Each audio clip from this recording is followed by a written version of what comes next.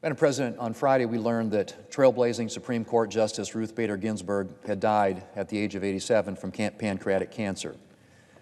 Justice Ginsburg embraced the law at a time when being a woman in the field meant a constant uphill battle. She had to fight for opportunities that were available to men as a matter of course. Her work as a lawyer eventually came to focus around women's rights, or as Ruth Bader Ginsburg put it, and I quote, "the constitutional principle of the equal citizenship stature of men and women," end quote. Before joining the court, she argued 6 gender discrimination cases before it. And as a justice, she continued to advance this cause. She served with distinction on the Supreme Court for more than 25 years and engaged in some of the court's most memorable exchanges over that period. She was known for her work ethic and tenacity, as well as her kindness and good humor. And of course, for her love of opera and her 56-year romance with her beloved husband, Marty. She disagreed often with her good friend, Justice Scalia, but never allowed their strong disagreements to ruin their enduring friendship and mutual respect. She could dissent on the most fundamental questions without indicting the character of those with whom she disagreed. Her work to secure equal treatment for women has earned her a place in American history, and her courage and perseverance in overcoming significant obstacles will continue to inspire many. My thoughts and prayers are with Justice Ginsburg's family.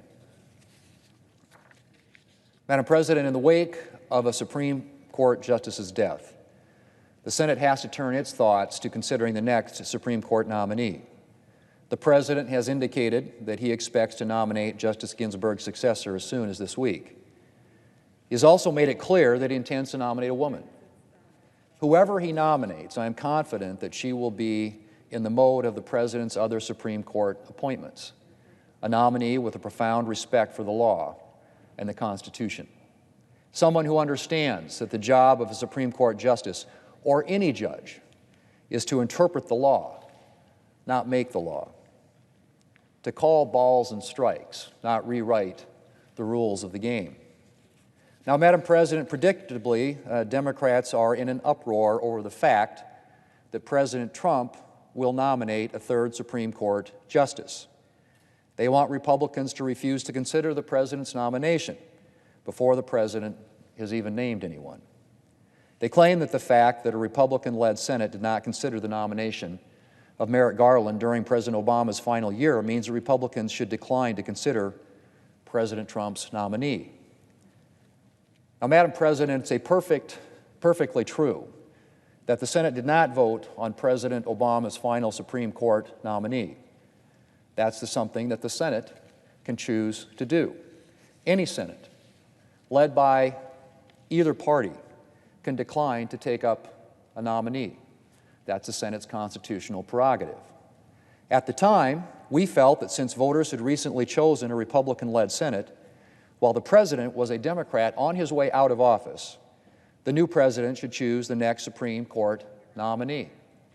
And we all knew at the time, Madam President, that very well could be Hillary Clinton.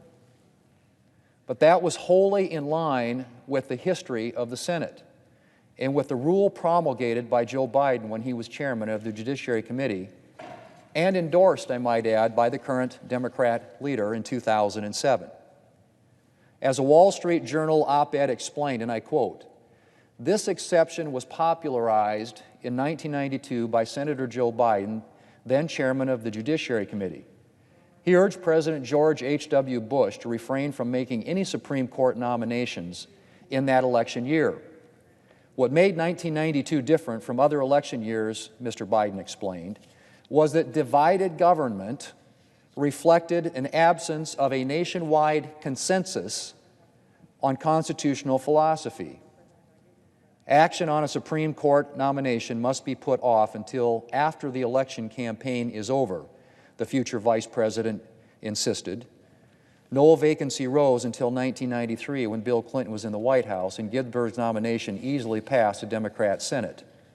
But the Biden rule fit 2016 to a T. End quote. Madam President, for the past 130 plus years, no Senate has approved a Supreme Court nominee in the final year of a president's term if the Senate majority and the President were of different parties. On the other hand, a number of Supreme Court nominees have been confirmed during a president's final year in office when the Senate was led by the same party as the President. There have been 15 situations in U.S. history where a Supreme Court vacancy arose in a presidential election year and the President nominated someone that same year. In 8 of those cases, the President and the Senate majority were of the same party. And in all but one of those 8 cases, the President's nominee was confirmed. Democrats are free to disagree with Republicans' application of the Biden-Schumer rule in 2016, but no one can dispute that voting on or rejecting a nominee is the constitutional prerogative of the United States Senate. Madam President, there should be nothing disturbing about the Senate fulfilling its constitutional role of advising and consenting on a Supreme Court nomination. What is disturbing are Democrats' threats as to what they will do if Republicans in the Senate don't yield to their demands. Those threats include, but are not limited to, eliminating the legislative filibuster, which, Madam President, is the rule that we all know here in the Senate that helps ensure that bills that come before the Senate require bipartisan cooperation. They threaten to pack the Supreme Court with additional justices so that they can ensure a rubber stamp for their agenda. Some are even suggesting impeaching the President again. What they would impeach him for is not exactly clear. Fulfilling his constitutional responsibility to name someone to the Supreme Court?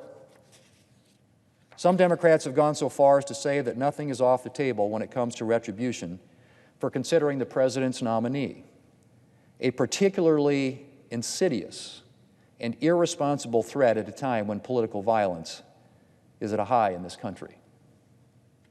Madam President, one thing I can say is that Republicans won't be deterred from performing our constitutional role by Democrats' undemocratic threats.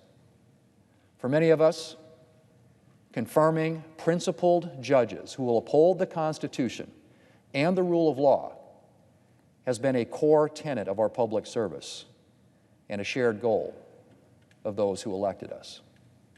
We will work to fill the Supreme Court vacancy, and I look forward to receiving and reviewing the President's nomination in the near future.